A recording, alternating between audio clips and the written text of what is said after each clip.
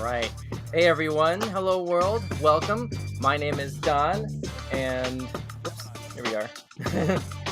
And my name is AJ. There you are. That was weird. We'll get the hang of it eventually. Yeah. Anyway, and you are watching Showcase for the week ending Sunday, March the 5th, 2023. Thanks so much for tuning in live right here on YouTube, Facebook, Twitch, or Twitter. Don't forget to like and subscribe at your platform of choice or whatever.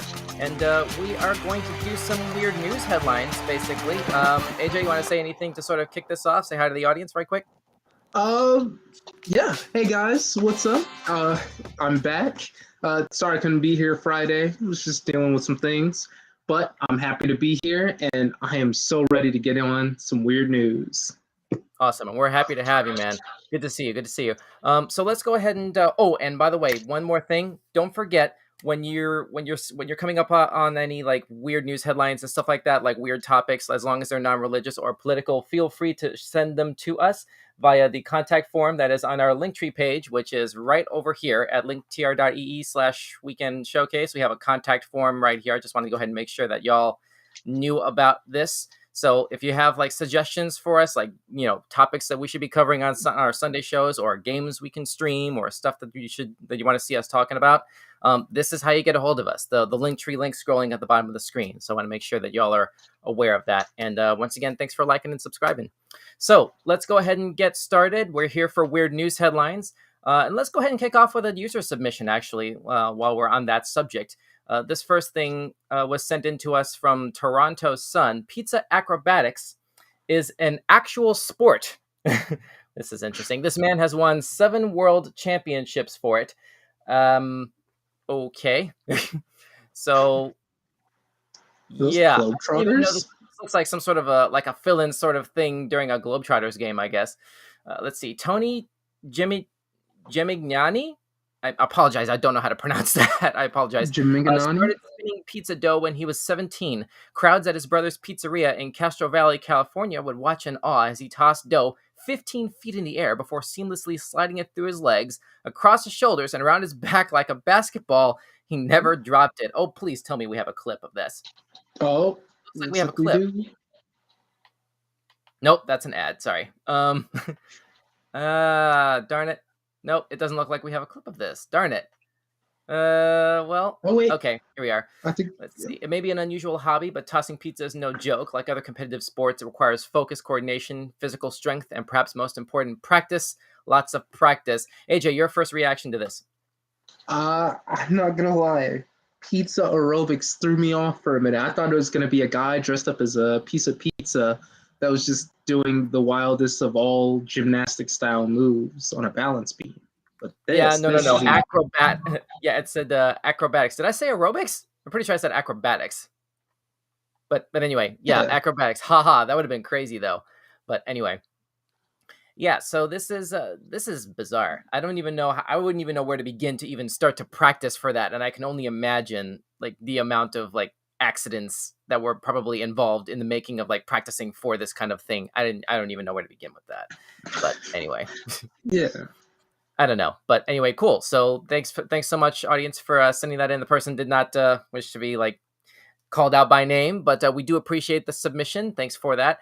And once again, you people at home, if you have ideas for other sort of weird news topics from around the internet, so long as it's not religious or political, feel free to send it to us via the contact form on our Linktree page, which is scrolling along at the bottom of our screen. So let's go ahead and move on to something that actually, AJ, you brought to my attention recently. You want to go ahead and take point on this? Of course. Let me just grab the old spectacles here. No problem. Where is it? Here it is. I don't know how the tab position sort of changed. That was weird. All right, go ahead. Yeah. All right, let's see. We have BMG sues toy company for remaking Black Eyed Peas' My Humps as My Poops for a commercial. What you gonna do with all that poop, woo woo? A group of dancing unicorns sings in a 2020 commercial for Poopsie Slime Surprise. That do we have a clip of this? I hope we have a. Oh no, that's the song. We can't play that. Right. Darn it! I guess that we don't. Have I think it's not there. I was good. Oh yeah, just go ahead and start up from here. We are from about here.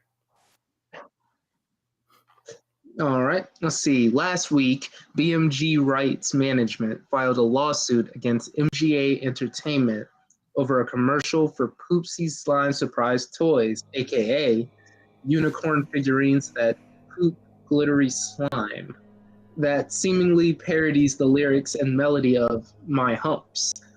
Documents obtained by People find BMG claiming the company exhibited willful copyright infringement and exploited without authorization, with the commercial released in 2020.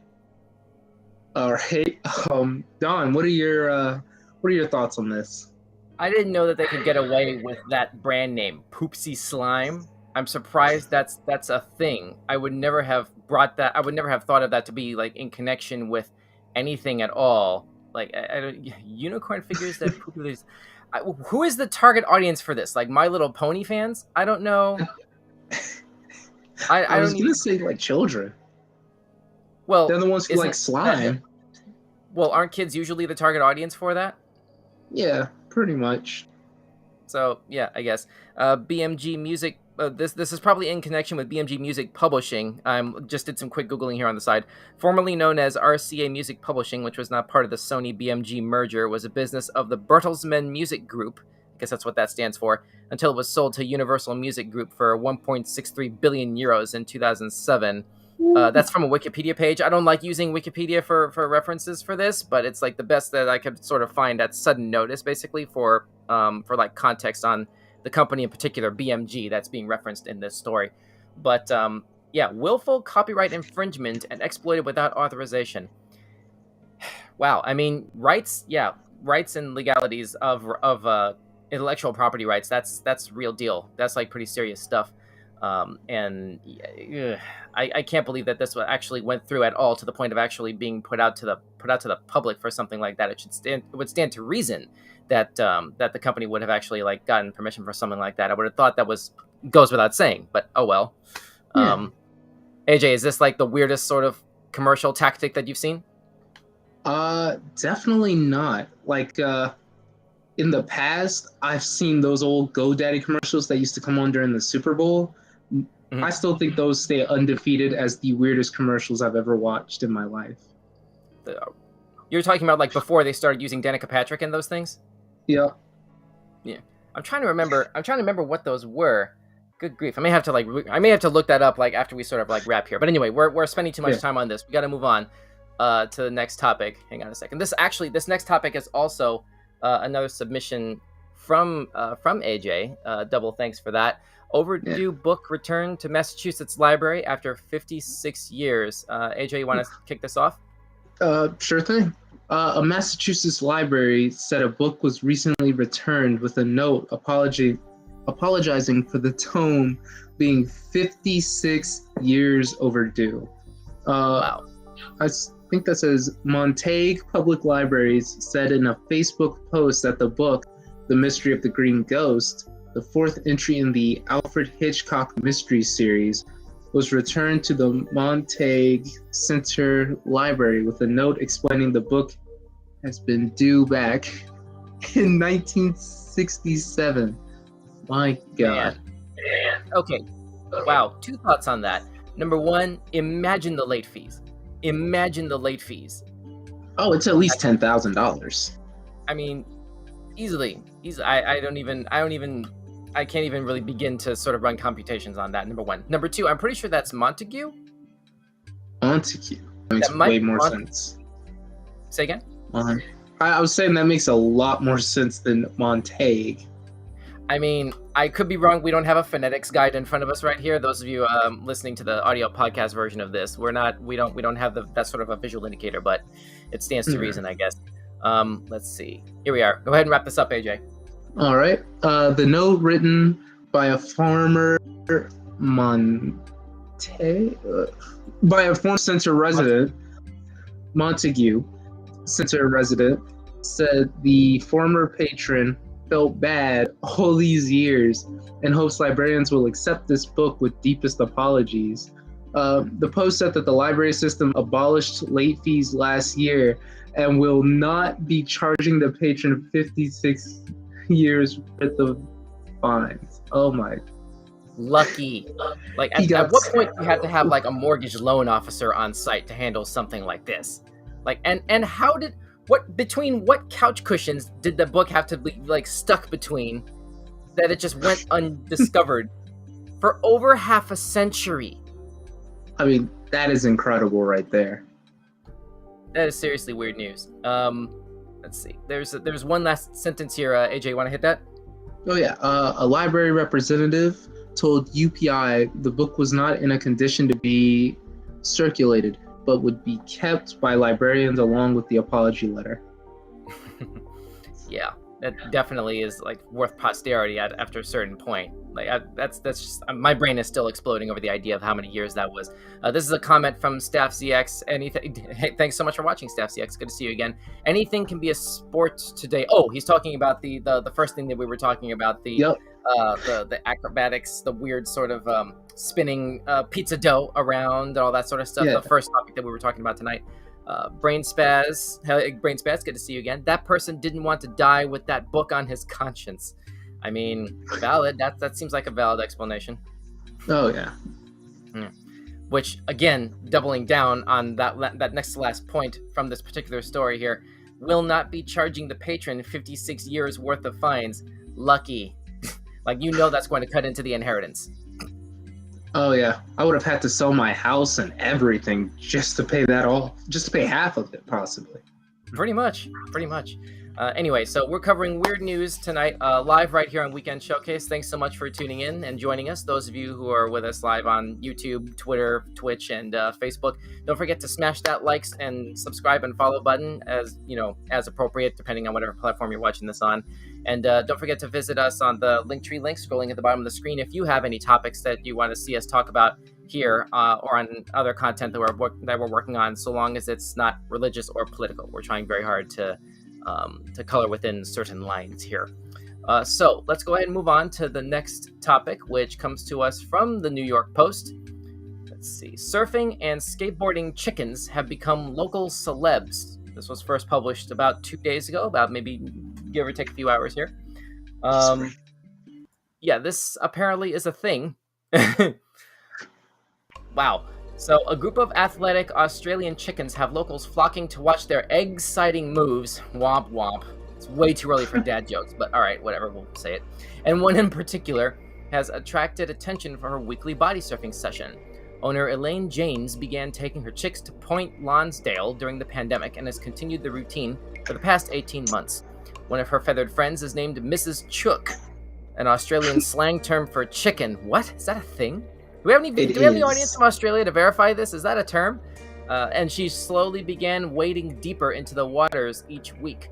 Janes now spends her beach mornings tossing Mrs. Chook into the shallow waves of the Indian Ocean about 5 times per session. Janes told 9 News, quote, "You cannot make a chook like the water, particularly the ocean, but this one has a passion. She has a passion of being in the water, and she has a passion for body surfing. Just have a look at her face. It is pure contentment, happiness, and joy." I don't know that could be what's extrapolated from this particular image. This looks to me more along the lines of, holy crap, why are you throwing me into the water right now?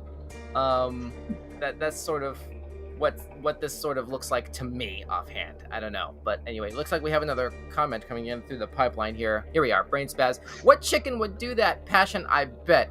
It was forced chicken abuse.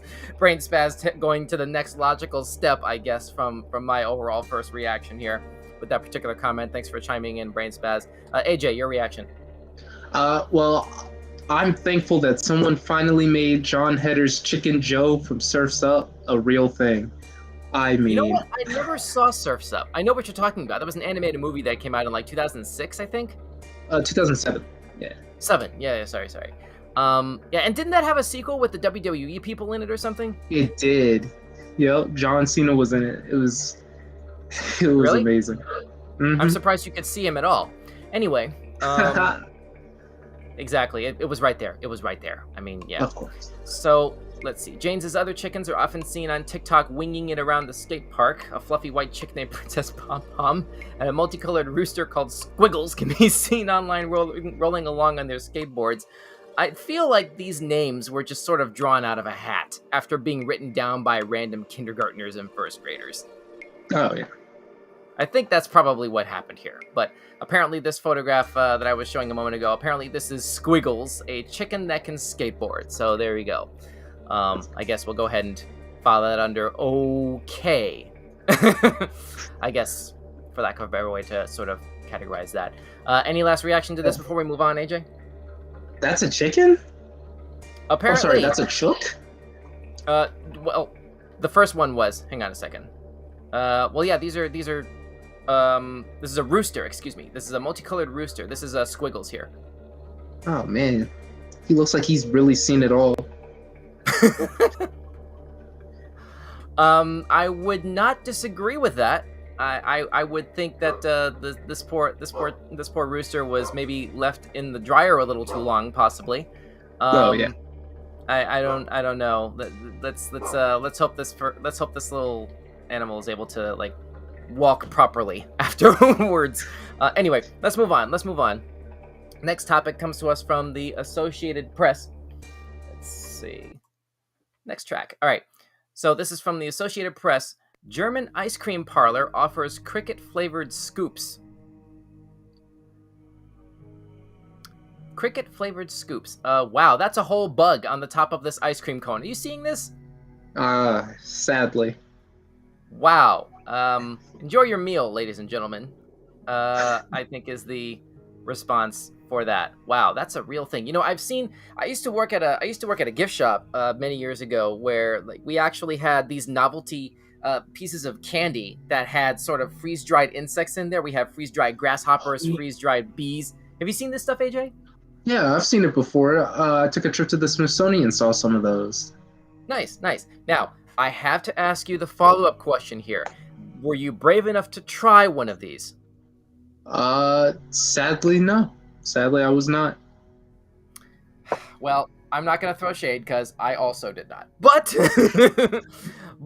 but I know what this thing is talking about. Although I've never seen like this kind of a treat in ice cream form, if we can even sort of classify it as a treat. I'm not really sure necessarily like who the target market of this sort of thing is, other than people who most recently lost a bet they can't pay off. But I don't know. It looks like we have a comment coming through via our YouTube channel. This is from StaffZX again. Back in the day, we had chocolate-covered ants. Chocolate-covered ants. Have you ever seen anything like that, AJ? No, but when I was in Christian school, there was a movie that came out called How to Eat Fried Worms. I remember that. I heard of that. Yeah, it got real popular at my school, so that's about the closest I've ever come to eating a bug. Wow. Noted. Well, good grief. I guess I got to continue to keep my nose clean so I don't have to lose a bet and have to deal with one of these things. Because I can't think of another possible rationale for that personally. But I'm sure there's people who enjoy this, so fair enough. A German ice cream parlor has expanded its menu with a skin-crawling offering, cricket-flavored scoops with dried brown crickets on top. The unusual confection is available at Thomas Micolino's store in southern Germany's town of Rottenburg am Neckar. German news agency DPA reported on Thursday. Michelino has a habit of creating flavors that are far outside Germans' typical preferences for strawberry, chocolate, banana, and vanilla ice cream. Yeah, I'll bet. Ms. D commenting on YouTube, "Hey, Ms. D, good to see you again. I am not into insect ice cream." Ms. D says, "Yeah, I cannot blame you at all, Ms. D. I am definitely with you on that." Back to the story. In the past, Michelino has offered liver sausage and gorgonzola cheese ice cream, as well as gold-plated ice cream for €4, $4.25 per scoop. Liver sausage and gorgonzola cheese? Are you kidding me? Here's Staff ZX on YouTube again. According to Survivor Man, bugs actually taste a lot better than you'd think. Really, Staff ZX? Really? What bugs, I guess, should one start with, I guess, then? To sort of brace yourself for, like, expanding your palate to, like, introducing that... Do we call it a protein source? Are we still classifying that? No, there's no way. AJ, what do you make of this, man? Well, last time I checked, I'm not an iguana, so, bugs aren't typically in my diet plan, so, if... Well, I do not blame you. We have another thing from Staff ZX, grasshoppers. Okay, well, here you are, I guess. Grasshoppers, I guess, crickets, that's kind of part of... I'm trying to remember, are they the same species, crickets, grasshoppers? They're different. They're different, okay. Yeah. All right, fair enough. Well, I guess there you go. Those of you who are curious and adventurous with your taste palette, I guess grasshoppers are the place to begin there in terms of, like, I guess, finding confectionery treats, novelty treats that put insects in there. I don't know. But do not take that as actual, like, dietary advice, just like the disclaimer at the bottom of this video says nothing here is intended to be, like, medical advice. Ms. D says, "Personally, I will never know how good insects taste." Yeah. Clap, clap, clap. Oh, most definitely. But anyway, let's see. Okay, Michelino told DPA, I quote, "I am a very curious person and want to try everything. I've eaten a lot of things, including a lot of strange things, and crickets were something I still wanted to try, also in the form of ice cream," end quote. Yeah, sure, just kill two birds. Or bugs, I guess, with one scoop. I don't know. And that he can now produce the cricket flavor, or the fact that he can now produce, I guess, the cricket flavor, is due to a European Union regulation that allows the use of insects in food. Is this a recent thing? I don't know. Somebody Who would like make a regulation more like information that? on that in the comments feed. Let us know. Sorry, AJ, you were going to say something? I was saying, who would make a regulation for that? There Well, can't be I any guess- benefits to it. Yeah, I guess that's just, I guess enough people were sort of interested in it, or sort of getting caught doing that, I guess there needed to be something on the books for that at some point. Like some sort of, like, a critical, like, oversaturation point, I suppose, was hit, where the EU had to put something on the books for that, I suppose, is sort of what strikes me as what happened. I'm not sure. I haven't even visited there in many, many years. Anybody from the EU want to chime in on this in the comments feed down below? Feel free to drop us a comment. We'd love to get some extra input from you. Let's go ahead and move on to the next topic here. Here we are. All right. This comes to us from the Mirror. This looks like something to do with sleep here. Come on. Load up. There we are. Okay, sleep paralysis. What is it and why is it so frightening? Signs, symptoms, and how best to avoid it. AJ, you want to go ahead and take point on this one? Sure. Let's see. Have you ever been falling asleep or waking up only to find that you can't move a muscle? It is a terrifying feeling, and one that's surprisingly common. It's called sleep paralysis and refers to a fleeting inability to move that occurs in the blurred boundary between consciousness and dreamland. Basically, you are in sleep mode, but your brain is active, and around 30% of us have experienced it. The Sleep Foundation says individuals maintain awareness during such episodes, which frequently involve troubling hallucinations and sensation of suffocation. The phenomenon involves elements of both... Let's stop. Hang on. Sorry to cut you off. Let's stop there, AJ, and talk about this for 1 second. Like, what... Is this something that do you know anybody, AJ, who's experienced anything like this? Well, actually, I experienced it once. Actually, last Really? week, or something somewhat similar. That sounds similar, but I can't really quote on that one just yet. It, okay. You're not gonna like what were you able to describe? Are you able to describe what you can remember from the Oh, beginning of it? Like, did you like sense it coming? Like what? oh no. I laid down to go to sleep, and then next thing you know, uh, I'm hearing everything around me, uh, but can't open my eyes, can't really move, uh, Oh wow. nor can I really feel anything. Then next thing you know, when my eyes finally do open, I see a bunch of people just scattered around me. They have no explanation.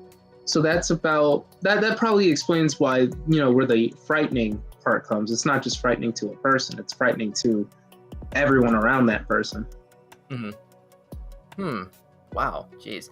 It looks like we have a couple of comments here. Control, can we put that up on the screen for a moment? Here we are. Staff ZX, I heard sleep paralysis is when part of your brain is still asleep. Some say it's signs of a demon's presence. Laughing out loud. AJ, where are you on the supernatural? Do you think there's a grain of truth there? Oh, Ms. D says, comment, just what I need. Something else to worry about. Control, can you put the staff's comment back on screen for a quick second? There you are. Thank you. Okay, so AJ, what are your thoughts on this comment? Like, do you believe in the supernatural? And like, if so, do you think there's any sort of truth to any sort of correlation between that and this Well, topic? I do believe in the supernatural. However, I don't think it could really be a sign of a demon. I mean, unless that demon is Ichigo's Hollow from Bleach, and you're like in your own little inner world fighting for your life. But for the most part, I don't know. I do kind of agree with the your brain is still asleep, which probably would explain why you can't move. Synapses in your brain are what cause movement, things like that. So if that part of your brain is asleep, it kind of makes sense. Yeah, this whole topic is really honestly kind of freaking me out a little teeny tiny bit, to be brutally honest, because it's hard to imagine really being sort of trapped in your own existence like that, basically.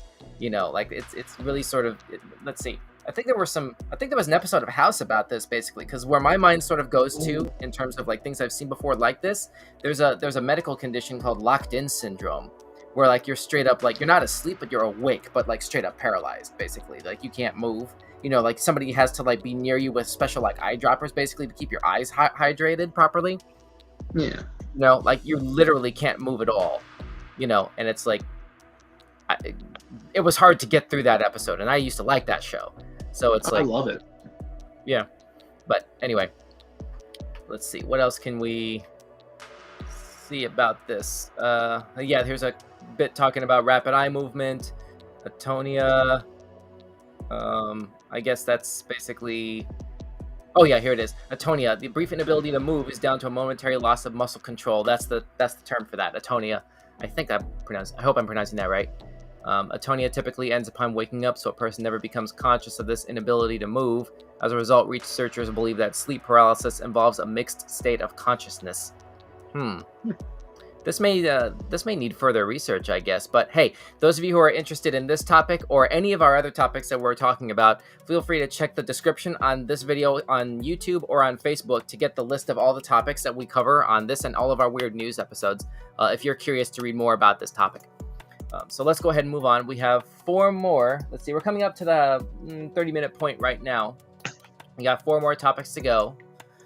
Let's see here. All right, here we are. This is from Newser. This is a rare resource here. Oh, nope. Get out. Oh, darn it. Come on. I don't know what that was. How do you exit a pop-up and then it just gives you a whole nother tab? Annoying. All right. No, darn it. Trying to get this thing here. All right. Person used tap water as sinus rinse, probably fatally. Floridian dies of brain-eating amoeba infection?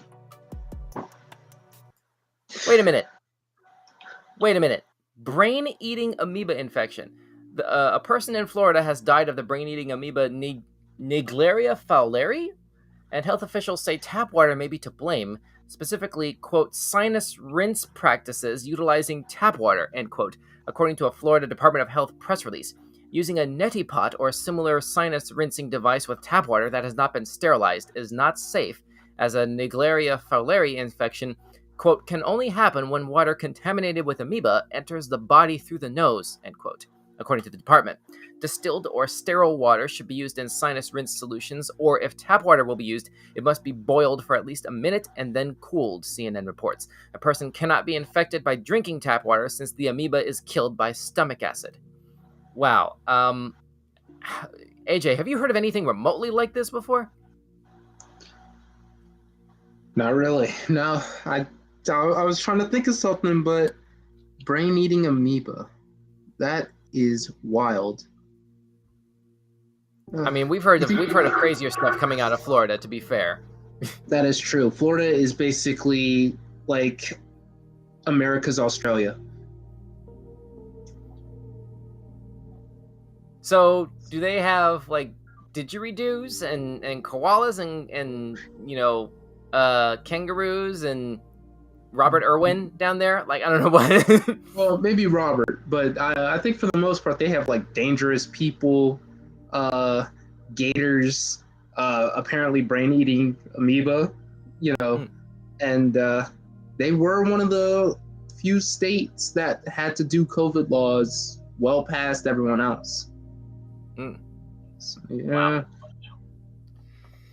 Well, I'm still like stuck back on this thing. The idea of an infection that can basically eat a person's brain. That's craziness. Let me see here. Is that the end of the topic? I guess that is. Yeah. Let's see. An epidemiological investigation is being conducted to understand the unique circumstances of this infection. I can confirm the infection unfortunately resulted in a death, and any additional information on this case is confidential to protect patient privacy. A press secretary for the health department said in response to an email query. Here we are. Around 3 people per year are infected with Naegleria fowleri in the U.S., and most cases are fatal. This is the first time a case has ever been reported in the U.S. in winter, according to People magazine. Infections often happen during the summer months when people swim in warm, fresh water where the bacteria is commonly found. And then there's a link to more stories relevant to that bacteria. Here's Steph ZX on YouTube commenting in, Florida has cougars, exotic constrictor snakes, and the Honey Island swamp monster. Oh my goodness. It looks like we have a preview right there of weird news topics for next week from Steph ZX. Yeah. He also says, I know you can get the amoeba from lakes, but I've never heard of it coming from the tap like that. Yeah, there's been a bunch of crazy stuff happening, depending on where you live, depending on what's been happening in terms of the local environment and climate change and stuff like that. There's a bunch of stuff that's been happening in recent years regarding when fracking happens nearby and weird, crazy stuff happening to a person's tap water because of that. It's there's resources out there for that sort of thing. I don't want to get into that here, but yeah, this takes the cake. This takes the cake. I guess let's look at this as a public service announcement. Especially if you're in Florida, in or near Florida, or like where this bacteria can be found, boil your tap water before you use it to like rinse your sinus passages out. I guess is the moral of this particular story. And don't forget that we have sources for this and all of our other topics that we're discussing over the course of tonight listed in the description for this video on the YouTube and Facebook uploads for this show. AJ, any final thoughts on this before we move on? I know where I'm not going to be taking a vacation anytime soon. Oof. Or at the very least, not drinking from the tap. Yeah. Yeah, I think we can agree to that. Like, nothing against Florida, but like, careful, with tap water down there. Okay, so let's go ahead. Let's go ahead and move on to the next topic on the docket here. This comes to us from the Toronto Sun. Let's see. Woman crashes into Popeyes because order was missing biscuits. What? Why would you want the biscuits? Those things are basically having the Sahara Desert in your throat. Ouch. I mean, hey, I seem to remember a few years ago there were people who were willing to do some pretty serious crimes. Let's put it that way. To get a chicken sandwich from Popeyes. I don't know if you remember seeing that in the news. Oh, So, I mean, I don't know if there's something being put in the food there. I don't know. I don't want to say any like comments conclusively on the record here, but like, I don't know. This sort of stuff keeps popping up in the news in connection with Popeyes. I don't know. AJ, you want to go ahead and read this here? all right. Whoops. Shoot. Hang on.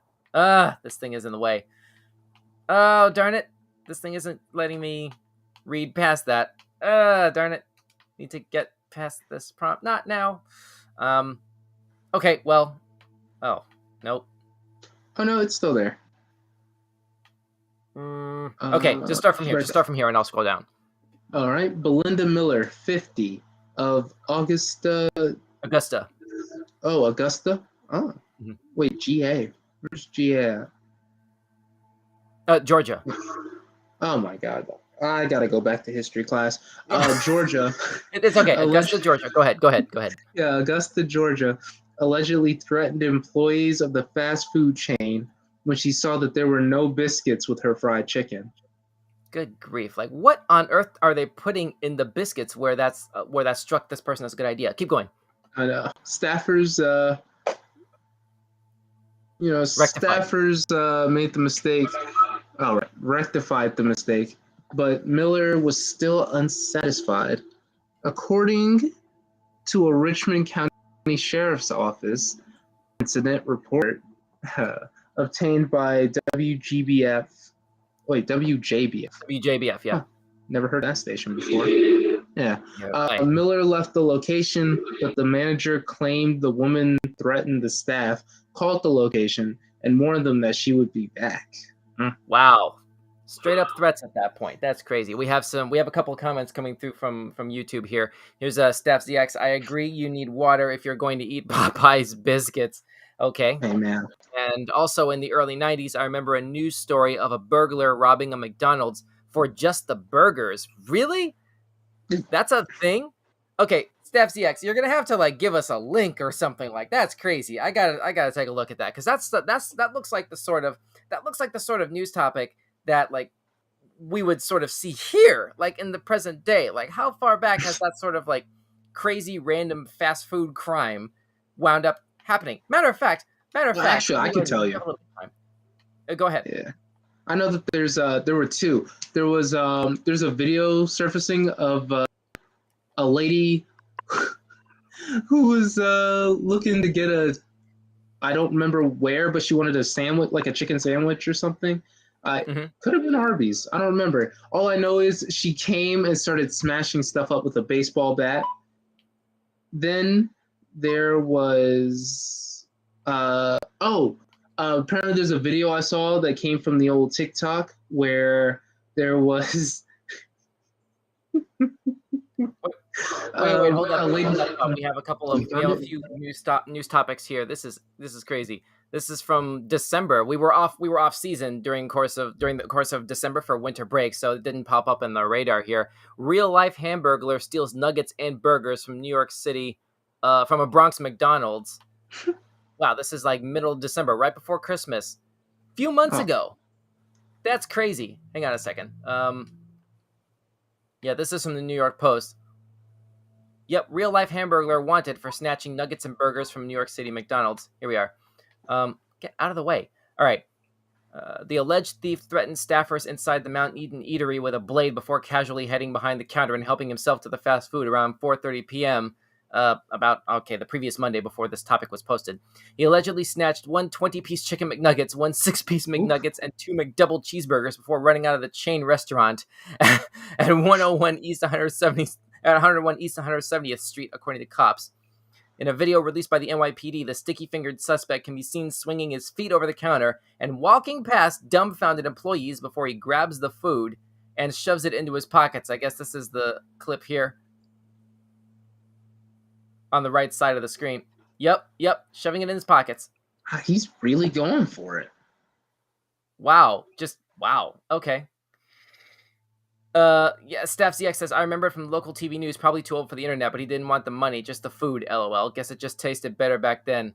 I mean, a lot of stuff generally tastes better, like, back in the early days, basically, back in the 80s or 90s, basically. But then we were all a lot younger. Our taste buds hadn't matured really enough yet, and we hadn't sort of like been overstimulated and oversaturated with like certain dietary choices and patterns over years to sort of formulate our taste. So like we're sort of getting used to it over time, I guess is what I'm really saying. So of course it's going to taste better in retrospect, I guess is what I'm really saying. Brain Spaz says fast food driving customers to crime. There's a message in that. That might be dare I say it, food for thought. Haha. Yep. There you go. There you go. You're welcome. Anyway, let's see. I think were we done with the trying to remember, were we done with the Oh, with Popeyes? the Popeyes lady? I don't know. You know, it's weird. When I read GA, because this is Toronto's Sun, I was thinking like Canadian news. So the idea of Georgia just threw me for a loop. Oh yeah, yeah. Let's see. Here we are. The outlet also reported that this is going back to the first topic here. The woman crashes her car into a Popeyes because the order was missing biscuits. Is what we're talking about here. The outlet also reported that a witness who had been waiting in line told them to hurry and get their order, quote, because she was coming back, end quote. The woman did return and created her own drive-through when she allegedly crashed into an entrance of the restaurant, nearly hitting an 18-year-old employee who was just inside the restaurant. Oh my god. Jeez. Oh my god.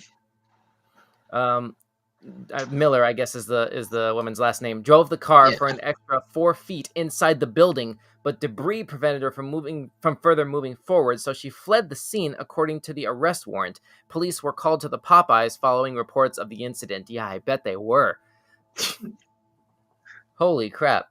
This just like rings of like this sort of like harkens back to, like I was saying a moment ago, a few years back when people were really sort of like taking like violent fits of rage basically over positions in line, because that's how long the line was for those Popeyes chicken sandwiches several years ago. Like I remember that being all over the news. It was crazy. I couldn't believe that sort of thing was possible to happen. Like people's like sanity basically checking out over getting a complete fast food meal to their liking or whatever. Like I don't know. It's like it's fast food, you know? Yeah. I don't know. Like I don't know I don't know what drives a person to be able to do something like that. But anyway, AJ, final thoughts before we move on. We have a couple more topics. I hope it was worth. I hope all the years in prison were worth the biscuits. That's all I gotta say. Definitely. Anyway, let's move on. Jeez. All right, this next topic comes from the New York Post. Scientists aim to create AI from human brain cells. Oh, Staff ZX with a comment on that last piece. It reminds me of Szechuan sauce. Yep, there you go. There's your Rick and Morty reference right there. I want my McNugget sauce, Morty. I shouldn't do that impression. It's a little hard on the throat. But anyway. All right, so back to this thing here. And thank you for the comment, Staff ZX, by the way, once again. Scientists creating new artificial intelligence from human brain cells. Let's see. As if AI technology wasn't becoming human enough, Maryland scientists aim to generate artificial intelligence from, wait for it, our own brain cells. This topic comes to us again from the New York Post. A study helmed by researchers at Johns Hopkins University, JHU, in a large international collaboration was published Tuesday in the medical journal Frontiers, detailing this alleged Frankentech the team called a new frontier. Quote, the vision of organoid intelligence is to use the power of the biological system to advance the field of life sciences, bioengineering, and computer science, end quote. This is according to Lena Smirnova, a JHU researcher and author on the paper, who told this to Vice. So I've never heard of this term before, organoid intelligence. If you thought artificial intelligence was creepy and invasive and nerve-wracking in terms of what potential it has to just sort of like Skynet or Ultron itself into decimating humanity, welcome to organoid intelligence. Welcome to the next logical step. Here's Brain Spaz on YouTube. What? Why? Organoid intelligence? What? That's a lot of capital letters there. That And I is. cannot blame you. This is a little bit traumatizing just to read, quite frankly. And I work in computers for a living. Um, AJ, what are your thoughts? Well, the minute I heard organoid intelligence, I was thinking cyborg from Teen Titans. But I mean, hey, let's let robots just replace all of humanity at this point. They're taking our jobs. Whoa, They whoa, took whoa, our whoa, whoa, jams. whoa, whoa! Come on, whoa, whoa, whoa! Come on! You can't just throw up your hands like that. I mean, it's robots, man. What are we gonna do about it? Staff ZX says this reminds me of a Wes Craven movie called Deadly Friend when they put the robot's brain in the girl's body. LOL. That's a thing. AJ, have you heard of this movie? I have not actually, and I've seen a lot of Hmm. Wes Craven movies. Wow. Huh. Yeah, that horror is kind of like not really one of my personal coverable genres there. So that's gonna need some research on my side. But thanks for bringing that up, Staff ZX. You might have to look into that. But anyway, yeah, I hear your frustration. Back to your previous point, AJ. I hear your frustration with it. Like at the end of the day, artificial intelligence is here. Get used to it. That sort of thing. But it's like Yeah. just because it's here doesn't go ahead. Oh no, I'm just agreeing. Yeah, but just because it's here doesn't mean that you should basically get so comfortable with the short and long term risk and ramifications of what it is that you just shouldn't even try anymore, just out of pure frustration and accepting the inevitable. I mean, we're still here. We're still human beings. We still have the capacity to troubleshoot and make sound rational judgments. It's a little unlikely given what we're talking about here and what I'm suggesting sort of implies. I realize that. I hear myself talking, but it's I don't know. This is I just organoid intelligence. It would never have occurred to me that we're sort of like crossing into that threshold as well, where we have to create a whole new classification for this type of artificial intelligence that we're talking about here. This is crazy. Um, Let's see. Brain Spaz says, I repeat, why? Yes, noted, Brain Spaz. Thank you for the feedback. Let's see. To harness these capabilities, the scientists hope to employ organoids, 3D cultures of human brain cells that replicate parts of our noggin responsible for learning and memory. Their size allows the neurons within them to form significantly more connections than standard silicone computer chips, which could be rendered obsolete by this bold new biotech. In fact, researchers see this biological hardware getting hooked up to AI and machine learning systems like ChatGPT and Bing or Sydney in the near future, thinking advanced Krang from Ninja Turtles. Do you know that reference, AJ? Oh yeah, I know all about the Krang. There you go. I would have said like an alternate timeline version of MODOK, possibly. Oh yeah. Yeah, but anyway, or no, not MODOK. I'm sorry. I'm sorry. What was his name? Not Baron Sydney. Zemo. Huh? Baron Zemo. No, no, no, no. There's the guy whose face is the computer. Oh, Um, Arlem Zola. in the Winter Soldier. Remember? Yeah, Arlem Zola. Zola. Thank you. Thank you. Did you say Zola? I thought you said Zemo. No, I said Zemo at first, and then you said, Oh yeah, face yeah, in the yeah. stomach, and then it came. Yeah, Arnim Zola. That's right. That's the reference I was trying to make there, basically. But yeah. So and Sydney, that's a reference to basically the name change. I guess that might be. I guess Microsoft is working on some sort of a name change for their Bing search engine, or at least the artificial intelligence engine that fuels Bing search. To the point where it was creeping journalists out. We covered this a little bit last week, either last week or the week before, here on the Weird News Live. So yeah, oh goodness. Here again, we gotta do better with like policing some of this stuff, and really sort of making sound, rational judgments about what is sane to explore, in the interest of scientific progress. I'm reminded of something that Jeff Goldblum said in the first Jurassic Park movie. About how we spent so much time and energy focusing on whether or not we could. Nobody ever stopped to think if they should. Ooh, yeah. you know I feel like, look, we're like a fourth of the way through 2023 right now, roughly, and it feels like we should be a lot further along in terms of scientific progress. I get it. We still don't have flying cars, and that was promised to us back in 2015, or by 2015, I should say.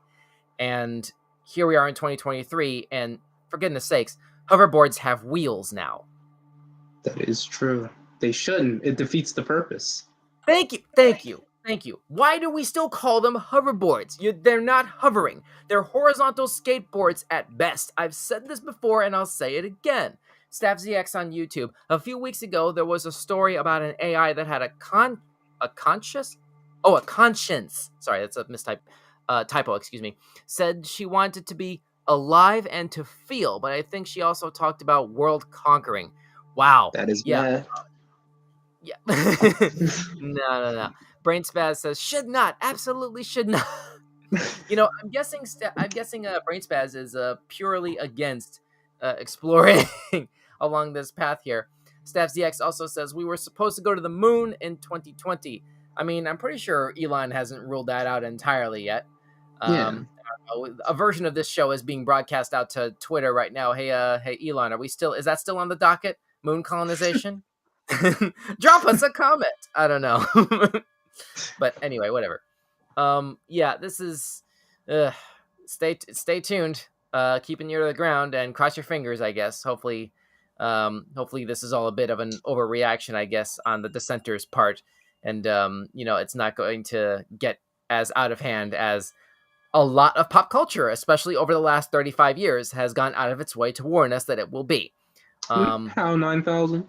Actually, sorry. Go ahead, AJ. Oh, I was saying, how 9,000? Yeah. What is that? 2001: A Space Odyssey. Stanley Kubrick. Yep. Yeah. There you go. It took me a minute to remember that one, but okay. Yeah. Dave, what are you doing, Dave? I don't know. Anyway, let's move on. We have one last topic here. This one comes to us now from the Associated Press. Hate your signature? Try plastic surgery for autographs.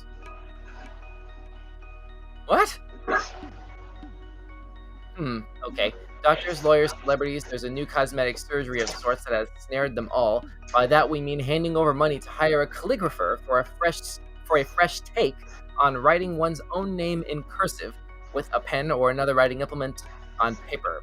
A corner of TikTok, Instagram, and other social media is dedicated to signature design, and it's keeping practitioners busy. Really, I've never heard of this before. That is bizarre. Priscilla Molina in Los Angeles does a minimum of 300 custom signatures a month, offering packages that include up to 3 ways to sign, limitless drafts, or a new set of initials. She charges between $10 and $55 using the motto, where originality meets legacy. Well, how can it be original if you're basically outsourcing to a third party for a duplicatable signature that's not even technically yours? I don't know. That seems to be a little bit flawed, unless maybe I'm misinterpreting sort of the logic in that particular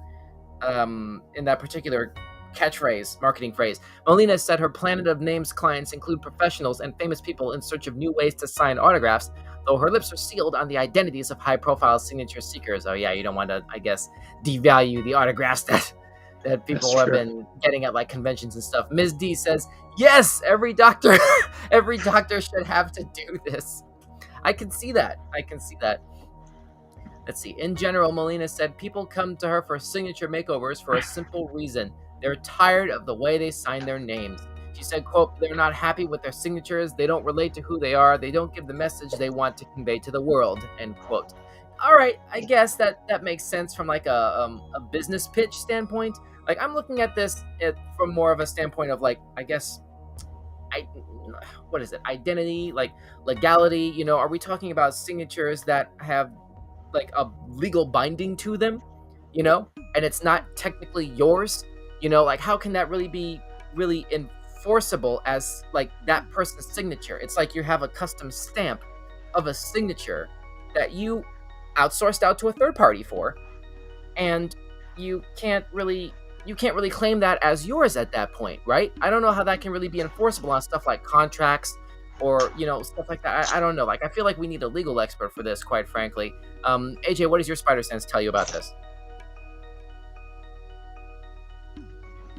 Well, let's see. It's here. Because, I mean, is this something that you think is this a service that you would that you would try?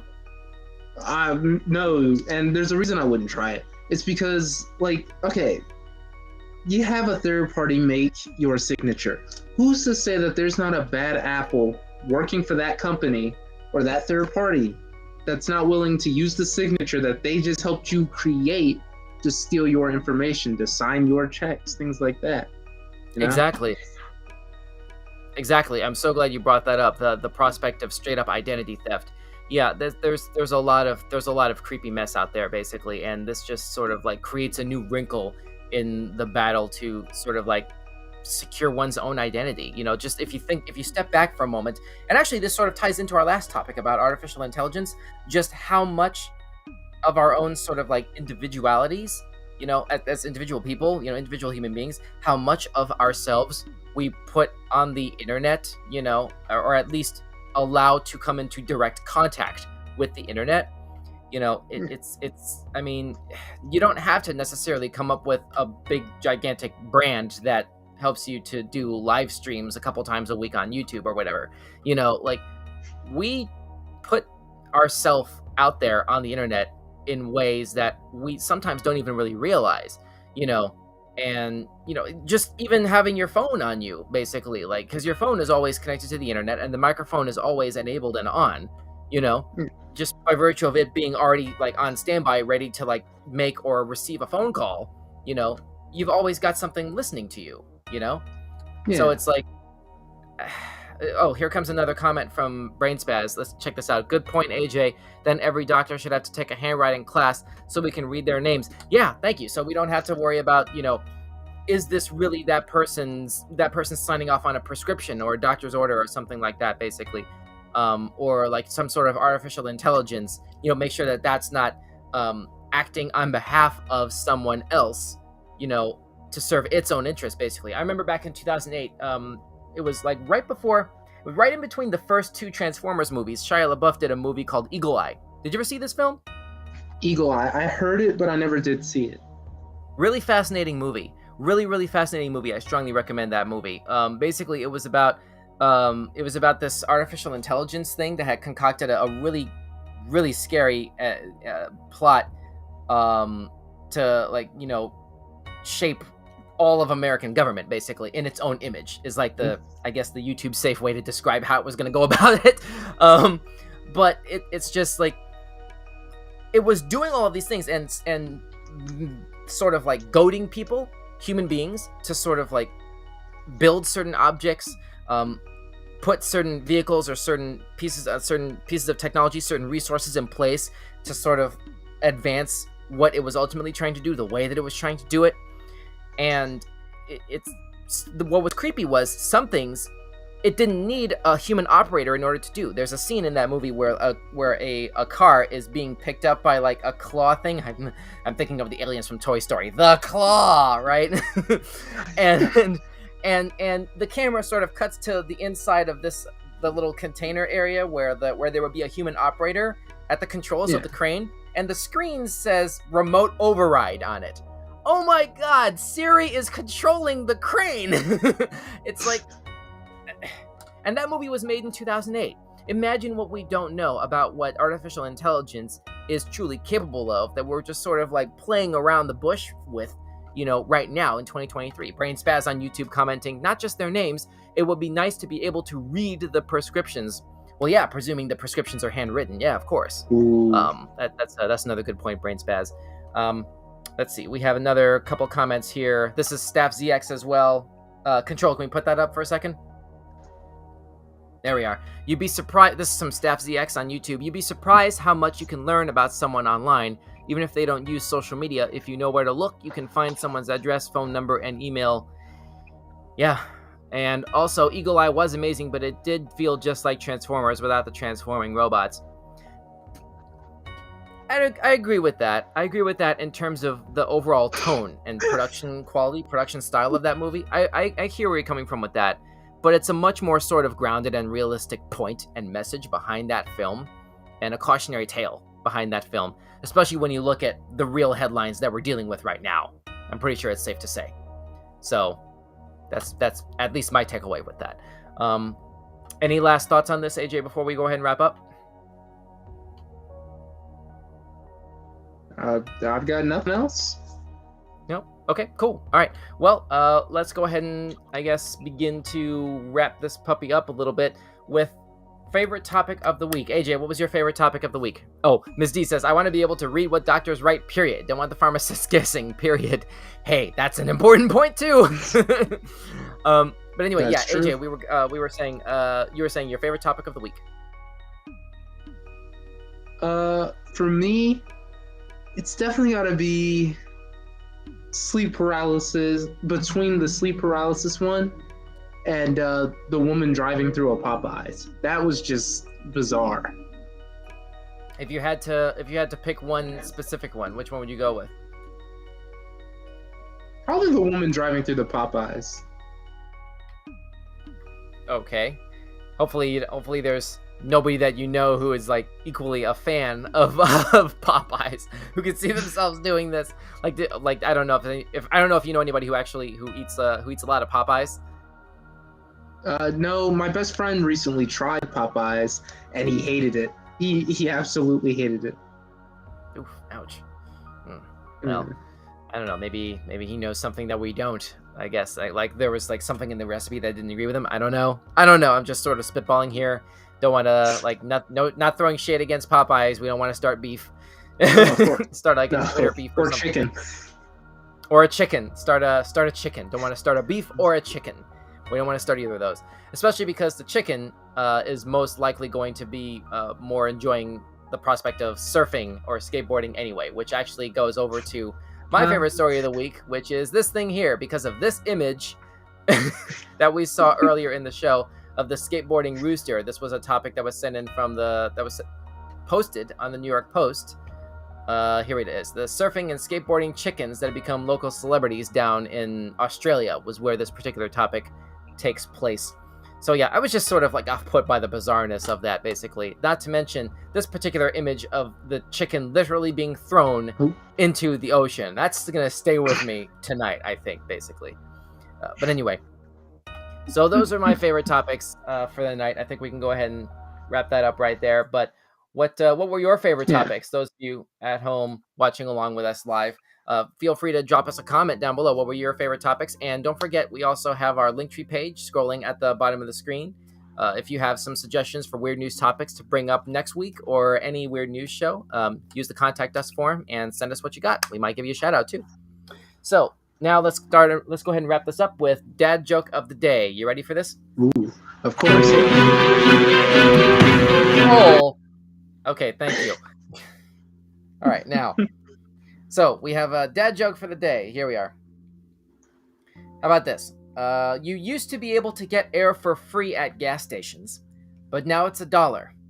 That's inflation for you. I get it, because he used the air to... Beautiful.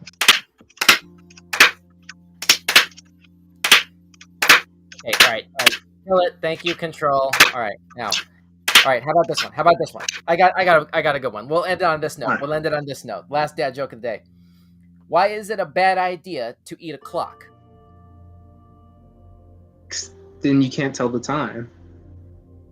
You can't tell the time? Right. Okay. All right. Why is it a bad idea to eat a clock? Because it's so time consuming. That's even better. Time consuming. All right. So that's there it is. I was expecting the rim shot a little bit sooner there, but we got it in there. That was good. Yeah. Let's see. All right. So I guess that basically brings to a close this particular episode of Weird News, live streaming right here on YouTube, Facebook, Twitch, and Twitter. Don't forget to smash that like button and subscribe and follow on your platform of choice. And feel free to join us this coming Friday for another brand new episode of Weekend Showcase at 8:30 p.m. Eastern, 5:30 Pacific, right here, same channels, roughly. We're also going to be doing a special thing tonight. We're going to go ahead and follow this up with a part 2 of our Destiny 2 Lightfall stream that we started last Friday, a couple days ago. And yeah, we're going to go ahead and go back through the campaign on that and pick up where that left off, mainly to sort of make up for the fact that AJ unfortunately couldn't be with us that night, but he's back now. We're going to go ahead and go through that as well. We're going to go ahead and shut this down and set up for that stream. We're going to go ahead and start that at 7:30 Eastern, 4:30 Pacific. So that's going to be not that long to have to wait, basically. So we're going to go ahead and shut this down right now and queue up for that. In the meantime, thanks so much for watching and listening. And we'll see you next time for another brand new episode of Weekend Showcase. Have a good night. See you next time.